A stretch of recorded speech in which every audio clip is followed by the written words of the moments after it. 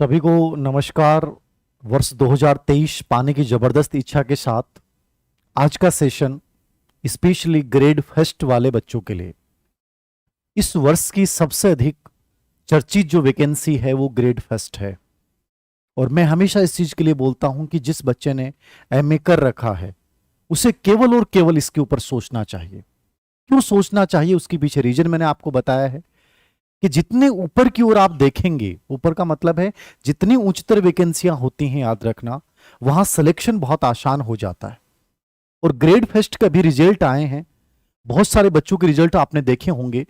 बहुत सारे बच्चों के सवाल थे, शब्द थे कि काश हमारे फर्स्ट पेपर में 40% नंबर आ जाते तो हम स्कूल व्याख्याता बन जाते। ये कितनी विडंबना की बात है कि 40% नंबर ना बन पाने के कारण बहुत सारे बच्चे जिन्होंने सब्जेक्ट में अच्छा किया लेकिन वो स्कूल व्याख्याता नहीं बन पाए।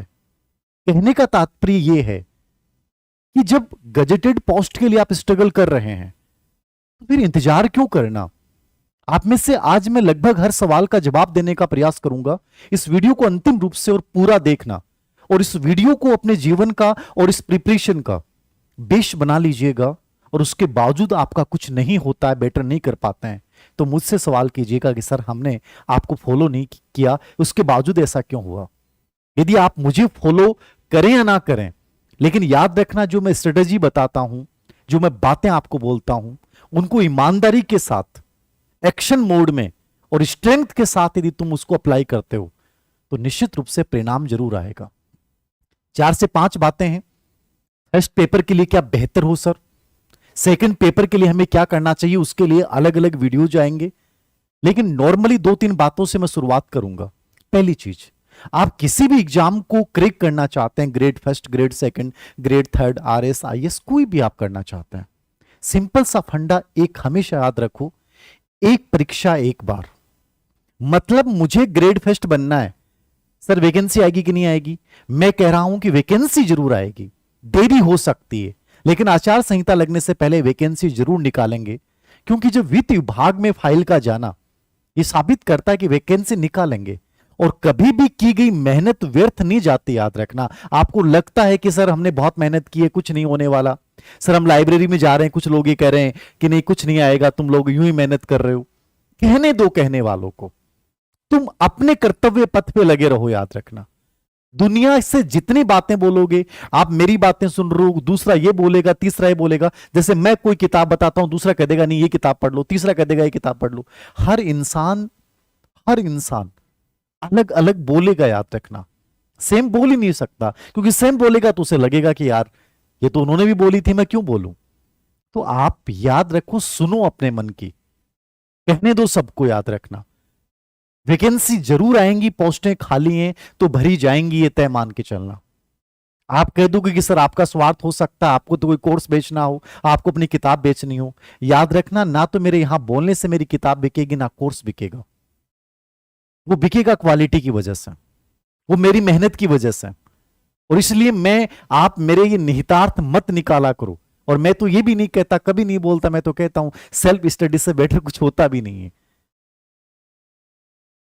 और कोई यदि बना रहा है, कोई एक्टिव है, कोई मेहनत कर रहा है, तो वो बोल भी देता है तो कोई बड़ा मुद्दा बनाना नहीं चाहिए। तो इन चीजों से ऊपर उठ के सिर्फ अपने आप को चुनिए, अपने आप की सुनिए, बाकी किसी की मत सुनिए। ग्रेड फर्स्ट की विज्ञप्ति आएगी कि नहीं आएगी? मैंने कहा पोस्टें खाली हैं, विज्ञप्ति जरूर आएगी। वो 10 दिन लेट आ जाए, 20 दिन लेट आ जाए, फर्क नहीं पड़ना चाहिए। क्योंकि इस एग्जाम को तैयारी करने के लिए आपको कम से कम 6 महीने जरूर चाहिए। ईमानदारी से कहने को तो आप 2 से 3 महीने भी कर सकते हैं, लेकिन वही बच्चा कर पाएगा जिसका सब्जेक्ट ऑलरेडी पढ़ा हुआ हो। अचानक से आप उतरे और फिर कह देंगे नहीं सर कर दें, कोई बड़ी बात नहीं है, ऐसे पॉसिबल नहीं है। हमारी उर्दू की एक स्टूडेंट नजमा ने 45 दिन में ग्रेड फर्स्ट क्रैक किया, लेकिन फर्स्ट पेपर की रणनीति मैंने उसको बताई। बस ये सिर्फ चीजें ये होती हैं कि कोई भी स्टूडेंट मेरे से पूछता है, मैं उसको बोल देता हूं कि ये चीजें ऐसे करनी चाहिए। लेकिन ये लेना, सिलेक्शन लेना न लेना, ये मेरे हाथ में नहीं है, दिलवाना मेरे हाथ में नहीं है, करना तुम्हारे हाथ में। सिंपल सी बात, क्लियरिटी रखना है। एक एग्जाम एक बार, इस बार मैं जितनी भी रणनीतियां जारी करूंगा केवल इसी बेस पे करूंगा। एक परीक्षा केवल एक बार, जब उतरना है तो उसको बेहतरीन तरीके से उतरना है। अपना सर्वोत्कृष्ट देना है। रिपीटर्स नहीं बनना है कि सर मैं 5 साल से प्रिपरेशन कर रहा हूं, 3 साल से। क्यों कर रहे हैं 3 साल से? एक परीक्षा केवल एक बार।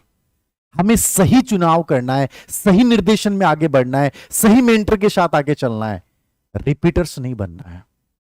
कोई ये ना कह दे कि तू फेल हो गया था, उसके बाद दूसरी प्रिपरेशन करूंगा, कॉलेज लेक्चर बनूंगा, आरएस बनूंगा। एक एग्जाम को एक बार सीरियसली यदि मैं कर लेता हूं तो याद रखना रिपीटर्स बनने की नौबत नहीं आएगी। इसी थीम के साथ आगे चलना है। नंबर 2, क्लियर होना चाहिए। क्लियर। कोई पूछता है ग्रेड सेकंड कर लूं, ग्रेड फर्स्ट कर लूं, नहीं। मैंने एमए प्रीवियस कर रखा है, एमए फाइनल ईयर में हूं, 100% मुझे स्कूल लेक्चर के साथ जाना चाहिए। मेरा सब्जेक्ट स्ट्रॉन्ग है, मेरा फर्स्ट पेपर में ये पार्ट है, मैं आराम से कर सकता हूं। अपनी योग्यता, अपनी सेल्फ इफिशियंसी को सोचते हुए, देखते हुए क्लियरिटी के साथ आगे बढ़ें। लिख डालें कि मुझे ग्रेड फर्स्ट 2024 में होने वाले एग्जाम के लिए अपने आप को मेंटली और फिजिकली तैयार होना है। तो क्लियरिटी, क्लियर गोल रखना है। याद रखना, इसमें कोई कंफ्यूजन नहीं होना चाहिए, कदापि कंफ्यूजन नहीं रखना है। एक बार लिख लिया सर इसी के साथ चलूंगा, फिर चाहे कुछ भी हो जाए। नंबर 2, क्लियर गोल आपने रखा है तो याद रखना क्लियर प्लान भी होना चाहिए। बिना प्लान के कुछ नहीं होता है। सोच लेने से कुछ नहीं होता है, लिख लेने से कुछ नहीं होता है। उसको एग्जीक्यूट करने के लिए, उसको क्रियान्वित करने के लिए आपको स्ट्रेटेजी बनानी पड़ती है, टुकड़ों में बांटना पड़ता है। समझ रहे हैं ना आप सीढ़ियों पे चढ़ रहे हैं, सभी सीढ़ियों को एक साथ नहीं देख सकते और जरूरत भी नहीं करनी चाहिए देखने की। आप जिस सीढ़ी पे पैर रख रहे हैं आपकी नजर उस सीढ़ी पे होनी चाहिए। जिस सीढ़ी पे पैर रख रहे हैं उस सीढ़ी को ढंग से देखिए और धीरे धीरे आगे बढ़िए, आप अंतिम सीढ़ी तक पहुंच जाएंगे। यही जिंदगी का रूल है, यही सिलेक्शन का रूल है, यही किसी एग्जाम को क्रैक करने का रूल है। तो क्लियर प्लान, उस प्लान के अंतर्गत आप सोचिए कि मुझे कैसे क्या करना है, कौन सी बेहतरीन किताबें हो सकती हैं, टुकड़ों में डिवाइड कर लीजिए। मुझे कितने समय में ये चीजें करनी है, कितना समय मेरे पास है, मुझे क्या कोचिंग करनी है कि नहीं करनी है, क्या कोचिंग सर फायदेमंद है कि नहीं है। कोचिंग यदि अच्छे टीचर के निर्देशन में है तो फायदेमंद है, खुद कर सकते हो तो खुद के साथ जाना चाहिए। कोचिंग करनी है तो समय गंवाना नहीं चाहिए, लेकिन आप तभी करें जब आप उसमें कमजोर हैं, आपको समझ में नहीं आता उस पार्ट के लिए करें, बाकी ज्यादा चक्कर में नहीं पड़े। मैंने कहा सेल्फ से बड़ा कुछ भी नहीं है, कहीं भी जाने की भटकने की आवश्यकता नहीं है, बस थोड़ा सा पता होना चाहिए कैसे और क्या करना है। बाकी कोचिंग सिलेक्शन दे ये भ्रम है हमारा और कुछ नहीं है, ठीक है। और तीसरी इंपॉर्टेंट चीज है स्ट्रेंथ, अपनी ताकत के साथ। ताकत का मतलब है अपना पूरा झोंकना है। साधारण कॉन्फिडेंस सामान्य आदमी रखता है, मैं कहता हूं मजबूत कॉन्फिडेंस रखो। साधारण कॉन्फिडेंस की बात नहीं कर रहा मैं मजबूत कॉन्फिडेंस की बात कर रहा हूं। उतरना है तो मजबूती के साथ उतरना है। इन 3 चीजों के साथ आप उतरिए।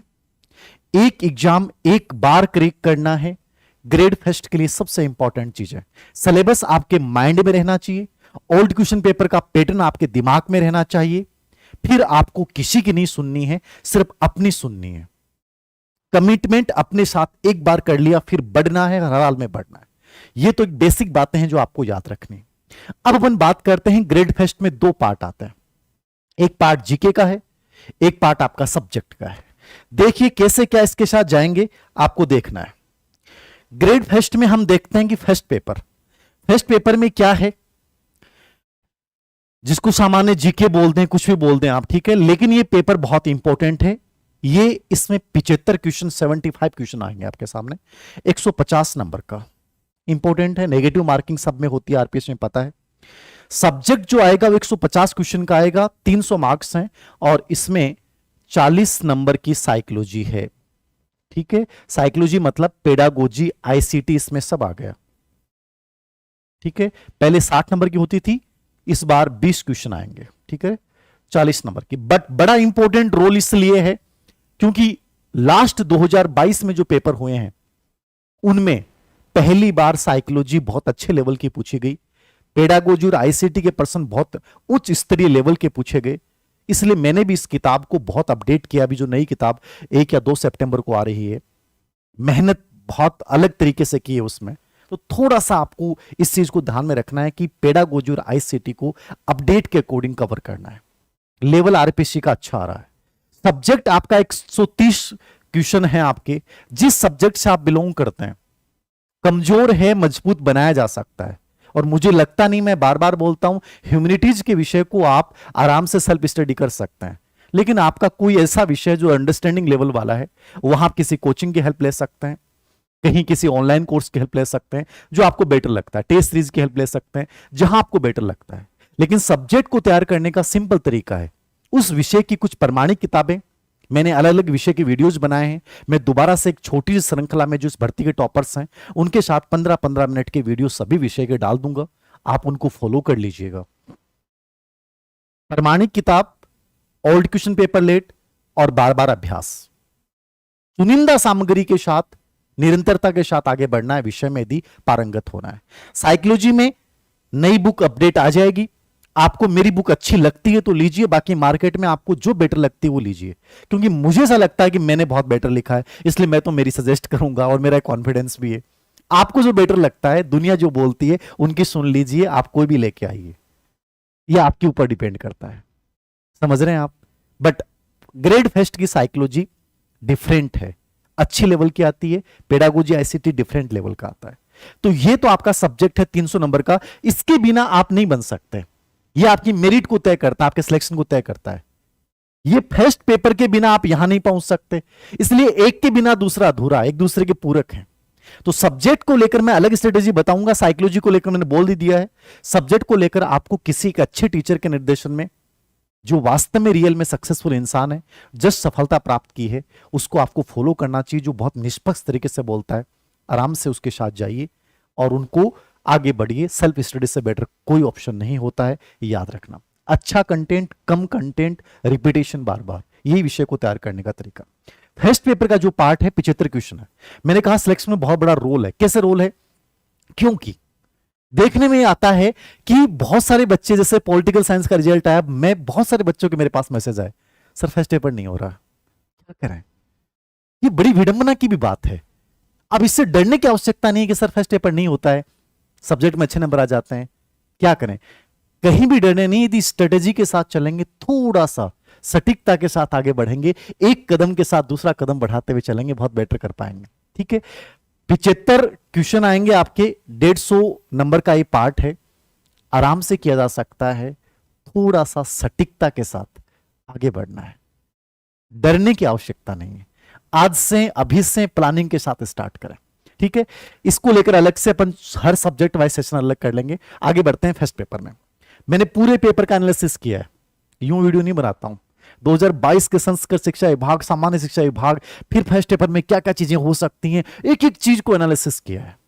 आपको भी मैं ये कहता हूं, खुद भी कर सकते हैं। मैं तो केवल एक सांकेतिक सहायता, स्केप होल्डिंग दे रहा हूं तुम्हें कि बेटा ऐसे करोगे तो ऐसे हो जाएगा। करना खुद को, ये याद रखना, तुमसे अधिक सामर्थ्य दुनिया में किसी में नहीं। आगे चलिए, सामान्य पेपर में सबसे पहला पार्ट आता है हिस्ट्री का। इंपॉर्टेंट है क्योंकि 30 नंबर है, 15 क्वेश्चन है, बड़ा पार्ट है क्योंकि मेरा भी विषय रहा है, बहुत बारीकियां समझता हूं, हर एक चीज समझता हूं, कहां से क्या। मैंने पांचों पेपर्स का एनालिसिस किया, पीटीआई में भी देखा मैंने, संस्कृत शिक्षा विभाग भी देखा, तीनों एबीसी, तीनों ग्रुप्स के भी देखे। ईमानदारी से बात बोलूं तो मैंने एनालिसिस जो किया वो विशेष बात ये थी कि इसमें जितने भी क्वेश्चन पूछे गए ना, वो ओल्ड पूछे गए।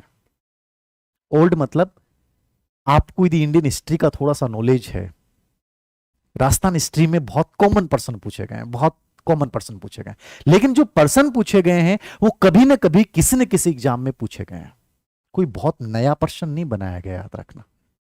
अब आप कह दोगे कि सर केवल ओल्ड क्वेश्चन पेपर पढ़ लें, ये 30 नंबर का पार्ट हमारा सुरक्षित है। साइंस मैथ वाले बच्चों के लिए बड़ी चीज हो सकती है, क्या इसके लिए कोई बेहतरीन किताब हो सकती है? मैं किसी प्रॉपर गाइड का नाम लूं तो मेरे कोई कह देगा हमारी किताब का नाम नहीं लिया, हमारी किताब का नाम लिया, बड़ी प्रॉब्लम है।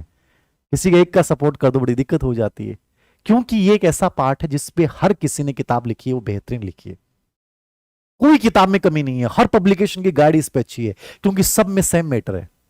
मैटर में ज्यादा, हिस्ट्री में तो आप कोई ज्यादा मौलिकता भी नहीं दे सकते कि भाई हाँ अलग से कोई कंटेंट दे दिया, वही कंटेंट है जो कहीं आना है, समझ रहे हैं ना आप? कंटेंट वही है, कोई संक्षिप्त में दे देता है, कोई डिटेल में दे देता है, फर्क इतना ही है। अब पेनोरमा आता है तो उसमें डिटेल्ड आ जाता है, कोई उसको शॉर्ट करके डाल देता है, कहानी बराबर है। तो इसमें कोई बहुत बड़ा कोई इश्यू नहीं है। मैं आपको ये कहूंगा कि इसमें इतना कर सकते हैं, ओल्ड क्वेश्चन पेपर देखने चाहिए। आपके लिए केवल इतना कर सकता हूं, इस पे वर्क कर रहा हूं, जितने भी question paper old in topic से रिलेवेंट, उनको अवनी एजुकेशन ऐप पे एक 10 रुपए का 12 रुपए का एक छोटा सा फ्री कोर्स बना के उसमें हम उपलब्ध करवाने का पूरा प्रयास करेंगे, ताकि आपको एक हेल्प हो जाए। किताब पढ़ना चाहते हैं, इंडियन हिस्ट्री वाला पार्ट है, वो आप कोई भी जो तथ्यात्मक बुकलेट है उनसे भी देख सकते हैं, एनसीईआरटी से भी देख सकते हैं। राजस्थान हिस्ट्री का पार्ट आपके पास जो किताब है वहां से पढ़ सकते हो। मैं जब जो बच्चे सिलेक्शन लेते हैं और अच्छे नंबरों से सिलेक्ट होते हैं, मैं उनसे बात करता हूं तो वही कहते हैं कि सर किसी गाइड से ना पढ़ के हमने अलग अलग टॉपिक्स को अलग अलग अच्छी अच्छी किताबों से अपने नोट्स बनाए, उसके बाद पढ़ाए। लगभग बच्चों की मेरे पास यही राय आती है जिनके साथ मैं विश्वास रखता हूं और जो ईमानदारी से अपनी बात बोलते हैं। अब ये आपके ऊपर डिपेंड करता है कि आप उन टॉपिक्स को अपने नोट्स के रूप में तैयार करते हैं या किसी गाइड के साथ जाते हैं। गाइड के साथ जाएंगे तो अभी मार्केट में कोई गाइड नहीं है, क्योंकि अभी लोग इंतजार कर रहे हैं, तो हम अपडेट के साथ कोई गाइड नहीं है। आ जाएगी, मैं बता दूंगा। अलग अलग लोग इस पे कर रहे हैं। एक हमारे मित्र पप्पू सिंह जी हैं, वो भी इस पे एक अच्छी बेहतरीन किताब के लिए उन्होंने बोला है कि सर मैं जल्दी इस पे निकालूंगा। आने के बाद मैं बता पाऊंगा कि रियल में कौन सी किताब किसकी क्या बेटर है, निष्पक्षता के साथ बता दूंगा कि ये किताब बहुत बेहतर है, इसके साथ आपको जाना चाहिए। तब तक आपके पास जो कंटेंट है उसके साथ जाइए। मैं इस पे ओल्ड क्वेश्चन पेपर पे काम कर रहा हूं, जल्दी इसको आपके सामने प्रस्तुत करने का बिना कोई विशेष चार्जेस के उपलब्ध करवाने का प्रयास करेंगे। बाकी खुद भी आप इन चीजों को कर सकते हैं, टॉपिक के साथ जाइए। मैंने कहा ओल्ड के अलावा प्रश्न नहीं आता, ये तय बात है, ठीक है। फिर भी कंटेंट थ्योरी तो पढ़नी पड़ेगी। तो पहला पार्ट ये मैं मानता हूं कि इसमें आपको कम से कम 13 क्वेश्चन आपके सही होने चाहिए 15 में से, और आराम से कर लोगे। बहुत इतना पढ़ने की आवश्यकता नहीं है, इतना सा पढ़ के भी ये 13 क्वेश्चन कर सकते हो। बस थोड़ी सी समझ और विवेक का प्रयोग करना है, और कुछ नहीं है। याद रखना, इतिहास सबसे आसान विषय है, जिसको कोई भी बच्चे रट्टे मार का सक्सेस हो सकता है, समझ में आए नहीं आए वो भी कर सकता है। इससे आसान विषय मैं नहीं मानता कोई है, क्योंकि रिपीटेशन अभ्यास का विषय होता है। चाहे वो राजस्थान हिस्ट्री हो, चाहे इंडियन हिस्ट्री हो, कोई भी हिस्ट्री हो, थोड़ी सी विवेक का प्रयोग तो हर विषय में करना पड़ता है।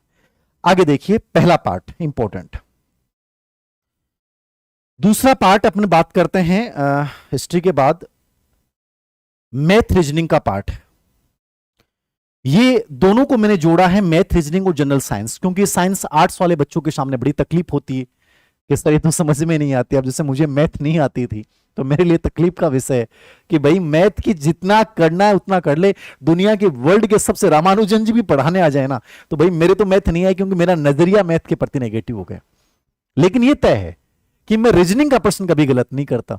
अब आपके पास ऑप्शन है कि भाई क्या करें क्या नहीं करें। तो इसमें मुझे लगता है 2 या 3%, 4% जो स्टैटिक्स रीजनिंग टाइप प्रश्न आते हैं वो कोई भी बच्चा सीख सकता है।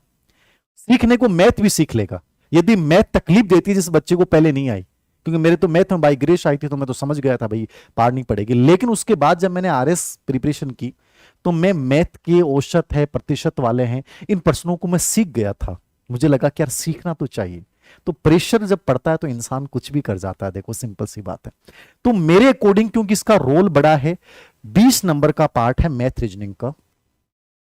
आप इसको कोशिश करेंगे जो टॉपिक आप कर सकते हो वो कर लो तैयार। 10वीं तक का लेवल आता है इसका, कोई बहुत मुश्किल काम नहीं है, कर सकते हो। 10th तक का सेकेंडरी लेवल आएगा इसका, ठीक है। तो इसमें रीजनिंग कम से कम जरूर कर लो जो आर्ट्स का बच्चा है। बाकी साइंस बैकग्राउंड के बच्चे के लिए सबसे आसान पार्ट है, आराम से कर जाएगा। इसके लिए बेटर बुक क्या हो सकती हैं, 10वीं तक की किताबें आप देख लें, उनके अकॉर्डिंग तैयारी कर लें, सबसे बेस्ट है। इसके अलावा मेरे अकॉर्डिंग गाइड के रूप में आपको जाना चाहिए तो नकुल पारिक की जो किताब है अभी जो जस्ट आई है उसके साथ आप चले जाइए। उससे बढ़िया कुछ भी नहीं है, इससे बाहर नहीं आएगा। आ जाएगा इसमें सब तो 100 ट्रिक्स सब दे रखी हैं और अपने अवनी से निकाल रखिए। तो ये फर्स्ट पेपर के लिए 20 नंबर के पार्ट के लिए किताब गाइड के रूप में लेना चाहते हैं तो आप ये ले लीजिएगा। मेरे अकॉर्डिंग निष्पक्ष रूप से कह रहा हूं, या अवनी पब्लिकेशन से इसलिए नहीं कह रहा हूं, ये रियल में इस पार्ट के लिए इनकी किताब बेहतरीन है, कोई डाउट नहीं है, ठीक है। या आप अपने लेवल पे आपको जो लगता है वो ले सकते हैं, जरूरी नहीं इसके साथ जाएं। बाकी 10th लेवल के, सेकेंडरी लेवल के प्रश्न आएंगे, उन बुक्स के बाहर कुछ नहीं आएगा। इसका आप कोर्स लेना चाहें कोर्स भी ले सकते हैं, पर्टिकुलर अलग पार्ट जहां भी जो टीचर बेस्ट पढ़ाता हो। हमने भी अवनी पे जारी किया, बट जरूरी नहीं आप बोल लें, आप क्लास लेके देखेंगे वो टीचर अच्छा पढ़ाता है कि नहीं पढ़ाता है। हमने 10th जो गवर्नमेंट स्कूल में पढ़ाते हैं उन्हीं टीचर से करवाया, बट फिर भी आपको जो बेटर लगता है उसके साथ जाइए, अपने अनुभव से चुनिए, कोशिश करें कि इस पार्ट को छोड़े नहीं, आप करिए अच्छे से। जनरल साइंस का पार्ट जो मैं बता दूं आपको, ईमानदारी से यदि आपने थोड़ा एनालिसिस किया हो, 5 प्रश्न आएंगे 10 नंबर का। मैंने देखा कि जो प्रश्न आए हैं वो जनरल एनसीईआरटी से पूछे गए थे। इस बार जो प्रश्न आए हैं सभी पेपरों में, सभी एनसीईआरटी से पूछे गए हैं, और 5 प्रश्नों में से लगभग 3 प्रश्न जो हैं वो ओल्ड एग्जाम में आए हुए प्रश्न पूछे हैं। मतलब लगभग 2 प्रश्नों को उन्होंने लैंग्वेज चेंज करके बनाया है, बट 3 प्रश्न अमूमन एज इट इज जो पूर्व लैंग्वेज आई है वो सेम पूछी है।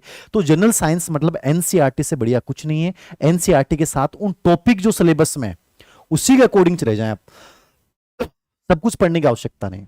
यह इसके ओल्ड क्वेश्चन की, जैसे जनरल साइंस के एनसीईआरटी के सार के नाम से हेमराज जी सर जो बायोलॉजी के हैं, उन्होंने एक रीट वाले बच्चों के लिए किताब पतली सी बुकलेट निकाली थी, एनसीईआरटी का सार निकाला था, उसमें सभी क्वेश्चंस थे, ठीक है ना। तो ऐसी कोई बुकलेट आपको मिलती है तो हेमराज जी सर की भी शायद बुकलेट आपको मिल जाएगी। हेमराज जी उन्हीं से आती है पहले, अभी दोबारा अपडेट चल रहा है शायद, तो देख लेना उसको, अपडेट के साथ आ जाए तो उसको देख लीजिएगा। या और कोई बुकलेट आपको जो ओल्ड क्वेश्चन पेपर हो साइंस के उसके साथ भी जा सकते हैं, बट ये आती है एनसीईआरटी से। नहीं आती है, नहीं पढ़ा जाता, इग्नोर भी कर सकते हैं, बट मेरे अकॉर्डिंग मैंने थोड़ी सी कर लोगे तो ये 5% में से 3 सही हो जाएंगे। अगला पार्ट, हिंदी के 5 प्रश्न। हिंदी को लेकर मुझे बताने की आवश्यकता नहीं कि सर हिंदी को कैसे पढ़ें, ये 5 प्रश्न हर बच्चे के सही होने चाहिए। और इसके लिए जो किताबें आपके पास, रीट के समय आपने जो प्रिपरेशन की, सरल हिंदी व्याकरण जो आपके पास होगी उससे पढ़ लीजिए, ठीक है। या जो भी गाइड आपके पास राघव प्रकाश मैया सर कोई सी भी हो, एक जो भी है, इसके लिए कोई नई किताब खरीदने की आवश्यकता नहीं है। उन 5 प्रश्न के साथ आप वहां जाइए, या ओल्ड जो प्रश्न आए हैं उनका अभ्यास कर लीजिए, लगभग वहां से रिपीटेशन भी हो जाता है। या कोई भी एक बुकलेट है वो चुन सकते हैं।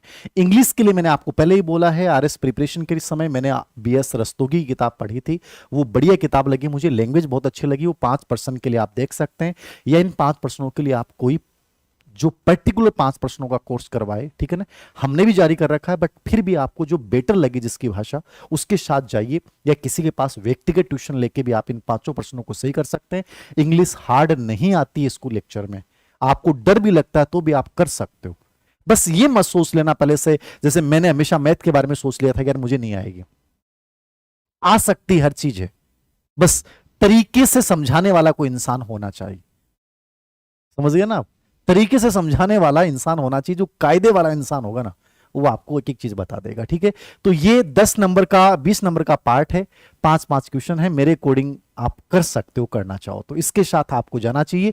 बहुत आसान चीजें हैं, थोड़ा सा अभी से माइंडसेट बना के आगे बढ़िए, हेल्प ले सकते हैं।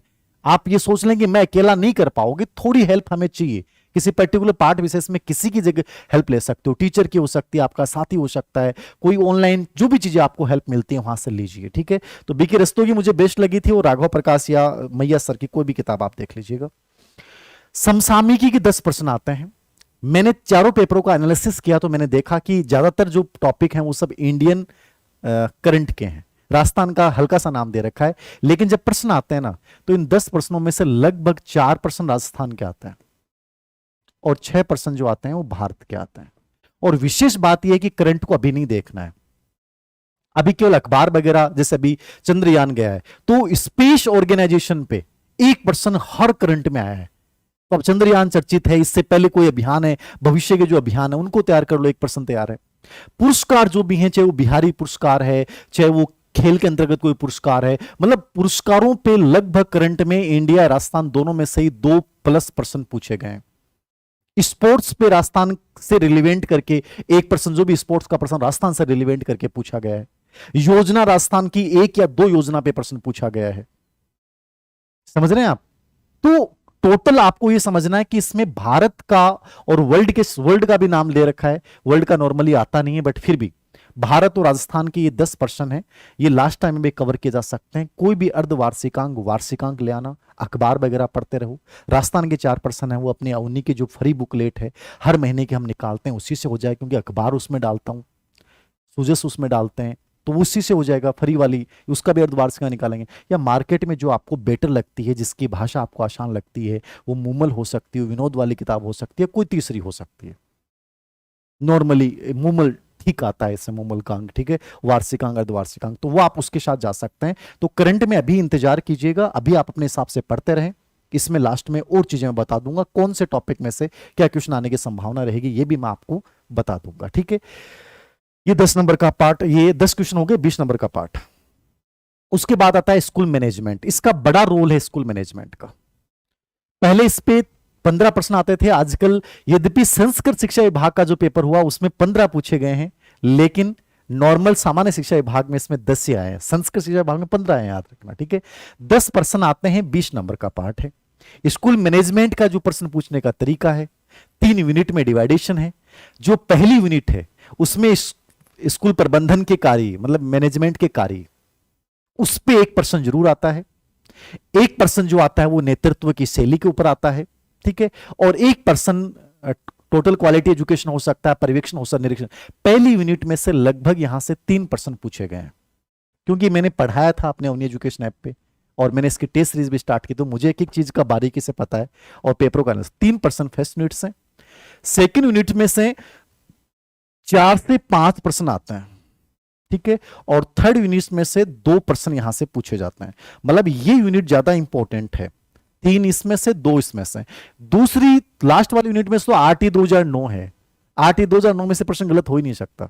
2 प्रश्न फिक्स है, वो आएंगे, 3 भी आ जाए बट 2 जरूर आएंगे, ठीक है। 3 प्रश्न इसमें से, जिसमें एक तो नेतृत्व शैली ढंग से तैयार कर लो, 1 प्रश्न तो 100% यहां से आएगा, लीडरशिप। और उसकी भी ओल्ड क्वेश्चन बता दूंगा मैं आपको, लगभग वो चीजें कवर हो जाती हैं। और इसमें प्रयास भी मैं कर रहा हूं, हमने एक जितने भी नेतृत्व के आज तक रीट सीट इसके स्कूल मैनेजमेंट के, अपने नेट के, इनमें क्योंकि नेट में भी आता है नेतृत्व, इसके जितने भी क्वेश्चंस आए उन सबको हम तैयार करके क्वेश्चनों की व्याख्या वाली स्कूल मैनेजमेंट की बुकलेट निकाल रहे हैं। तो उसमें कोशिश ये कर रहे हैं कि कुछ छूटे नहीं, उसकी व्याख्या में पूरा कंटेंट आ जाएगा। प्रयास कर रहे हैं, याद रखना, 15 से 20 दिन में। तो नेतृत्व को ढंग से तैयार कर लो। स्कूल मैनेजमेंट के जो कार्य हेनरी फेवल वाला, लूथर गुलिक वाला, उस पर 1 प्रश्न आता है और बाकी 1 प्रश्न, और लगभग हो सकता है स्कूल कार्य वाले पे 2 आ जाए, तो ये 3 प्रश्न। ये जो 5 प्रश्न आ रहे हैं ना, ये बड़ी इंपॉर्टेंट यूनिट है, जिसमें 2 प्रश्न तो शैक्षिक नवाचार जो ग्रेड 3 के टाइम में आपने पढ़ा था, शिक्षा वाणी, स्माइल, आपका राइज, ठीक है, शिक्षा दर्शन, ये जितने भी नवीनतम योजनाएं थी, 2 प्रश्न यहां से आ रहे हैं।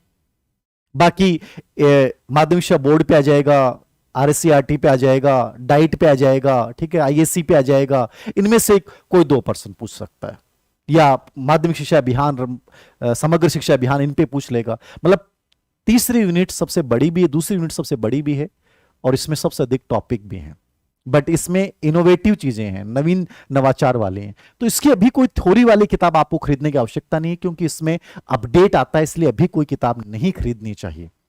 अभी इसकी कोई किताब आपको नहीं खरीदनी चाहिए, इसके लिए आपको इंतजार करना चाहिए। बाकी ओल्ड क्वेश्चन पेपर की बुकलेट हम निकाल रहे हैं, कोई थ्योरी वाली बेस्ड किताब होगी, या हो सकता है हम क्वेश्चंस में इतना मैटर डाल देंगे, आपको जरूरत नहीं पड़ेगी। तो इसके लिए अभी इंतजार कीजिए। बाकी अपने लेवल पे आपके पास यदि ओल्ड बुकलेट है तो उसके अकॉर्डिंग अभी पढ़ते रहिए, क्योंकि इसमें अपडेट होता है, याद रखना, ठीक है। स्कूल प्रबंधन इंपॉर्टेंट रोल है। और राज व्यवस्था, फिर राज व्यवस्था, स्पेशली भारत की राज व्यवस्था के 5 प्रश्न आएंगे 10 नंबर के, और इसमें जो टॉपिक हैं वो भारतीय संविधान की विशेषताएं, राष्ट्रपति, प्रधानमंत्री, भारतीय संसद, कार्यपालिका, व्यवस्थापिका, ठीक है, सुप्रीम कोर्ट, चुनाव आयोग और अन्य संवैधानिक संस्थाएं। मुझे लगा कि ये पेपर थोड़ा सा हार्ड आता है राज व्यवस्था, बट मैंने प्रश्न देखे तो अनुच्छेद संबंधी प्रश्न, राष्ट्रपति की शक्तियों संबंधी प्रश्न, चुनाव आयोग, सुप्रीम कोर्ट संबंधी अधिकार संबंधी प्रश्न, मतलब आसान, इतना हार्ड चीजें नहीं पूछी गई हैं। तो इसके लिए आप कोई भी बुकलेट पढ़िए, बट अपडेट के संदर्भ में पढ़ना है। इस पे आप एक किताब मैं सजेस्ट कर सकता हूं, आप जाना चाहें तो जाना, क्योंकि इसमें क्वेश्चंस भी हैं। डॉक्टर प्रदीप बोर्ड जो सर हैं, आईएएस हैं, उनकी किताब है, बहुत अच्छी किताब लिखी है उन्होंने भारतीय राज व्यवस्था पे। तो पतली सी बुकलेट है, क्योंकि लक्ष्मीकांत सबसे बेस्ट बुक मानी जाती है, लेकिन वो आप 5 प्रश्नों के लिए नहीं पढ़ सकते। तो भारतीय राज व्यवस्था पे प्रदीप कुमार बोर्ड सर की उस बुकलेट के साथ जाइए, ओल्ड क्वेश्चन भी साथ में है, और उन्हीं से आपको आइडिया लग जाएगा कि कैसे क्वेश्चंस आते हैं। ये 5 प्रश्न में से 3 प्रश्न आप आराम से कर सकते हो, ये थोड़ा सा सटीकता के साथ चलोगे तो, ठीक है, ज्यादा हार्ड नहीं आ रहा है। और अंतिम पार्ट है फर्स्ट पेपर का, राजस्थान का भूगोल। 10 प्रश्न यहां से आते हैं 20 अंक के, ठीक है ना, 10 क्वेश्चन यहां से राजस्थान के भूगोल का बड़ा पार्ट है, याद रखना। तो 20 अंक हैं, 10 क्वेश्चन है, लेकिन राजस्थान का भूगोल चूंकि अब चेंज हो चुका है, कंप्लीट राजस्थान का चेंज कर दिया है, तो इसके लिए थोड़ा इंतजार करना पड़ेगा कि सर कोई बुकलेट पढ़नी चाहिए क्या। राजस्थान भूगोल और करंट इन दोनों को एक बार छोड़ दें आप, जो नॉर्मल टॉपिक हैं उनके अकॉर्डिंग आप देखना चाहें तो देख लेना, थोड़ा सा आप अपने लेवल पे पढ़ भी सकते हैं। वही खनिज हैं, ऊर्जा संसाधन, जनगणना पे 2% फिक्स आ रहे हैं, यहां से जनगणना के 2% फिक्स आ रहे हैं, तो जनगणना को आप तैयार कर लेंगे, क्योंकि जनगणना तो अभी होनी नहीं, तो जनगणना के आंकड़े तैयार कर सकते हैं। ठीक है, खरीद मतलब आपने पढ़ सब कुछ रखा है, बस उसको थोड़ा सा अपडेट करना है नवीनतम, क्योंकि ये चेंज हुआ है। तो ये 10 नंबर का प्रश्न का पार्ट है, इसके लिए थोड़ा सा इंतजार कीजिएगा। मैं इसके अकॉर्डिंग जो कोई बेटर बुकलेट मुझे मार्केट में लगेगी, मैं आपको बता दूंगा कि इस किताब के साथ आपको जाना चाहिए। सबसे बड़ी चीज ये है कि ये 150 नंबर का पार्ट था आपका, ठीक है, और इस 150 नंबर के पार्ट के साथ 75 क्वेश्चन है। टारगेट लेके चलेंगे सर, 70% का टारगेट लेके जरूर चलते हैं। ईमानदारी के साथ आपने इन चीजों को फॉलो किया, कर जाओगे। मैंने मेरे हिसाब से बेटर बताने का प्रयास किया, जरूरी नहीं है कि मैं एकदम सही हूं, ठीक है ना, मैं जरूरी नहीं हूं कि एकदम सही हूं, कोई दूसरा मेरे से भी ज्यादा सही हो सकता है। आपको जो बेटर लगे उस चीज के साथ जाइए, बट मेरा एक्सपीरियंस के साथ मैंने कहा कि यदि थोड़ा सा आप सटीकता के साथ इन चीजों के साथ बढ़ेंगे तो निश्चित रूप से बहुत बेहतर करेंगे, ये मैं मानता हूं। सब्जेक्ट के साथ आपको स्पेशली जो जाना है वो जो भी आपका सब्जेक्ट अलग वीडियो में उनको जारी करवा दूंगा। टॉपर के साथ एक ईमानदारी के साथ की ये बेटर चीजें हो सकती हैं। साइकोलॉजी में आप नई वाली बुकलेट के साथ जा सकते हैं, और कोई जो किताब आपको अच्छी लगती है उसके साथ जा सकते हैं। बट सबसे बड़ी चीज है सिलेक्शन सेल्फ स्टडी से होता है, सही रणनीति से होता है, सही इन्वायरमेंट से होता है, और निरंतरता के साथ पढ़ने से होता है।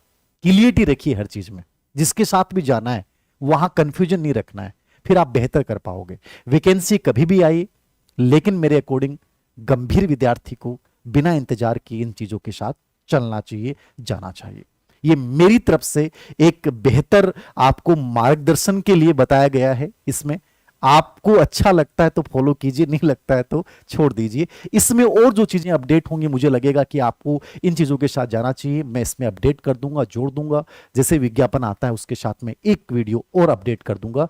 तो मेरे अकॉर्डिंग बिना समय गंवाए आप इन चीजों के साथ जाइए। आप सभी को बहुत सारी शुभकामनाएं। जो बच्चे पिछली भर्ती में रह गए थे, मैं चाहता हूं इस बार उन्हें रिपीटर्स नहीं बनना है, और कोशिश ये कर रहा हूं कि इन्वायरमेंट ऐसा बनाइए, अपने आप को स्ट्रॉन्ग ऐसा बनाइए कि ये धब्बा कोई नहीं बोल दे कि यार तू 4 बार का फेलियर है, 2 बार का फेलियर है। मैं चाहता हूं कि इस बार सटीकता के साथ अपना सर्व उत्कृष्ट देते हुए बस सही निर्देशन में आगे बढ़ना है।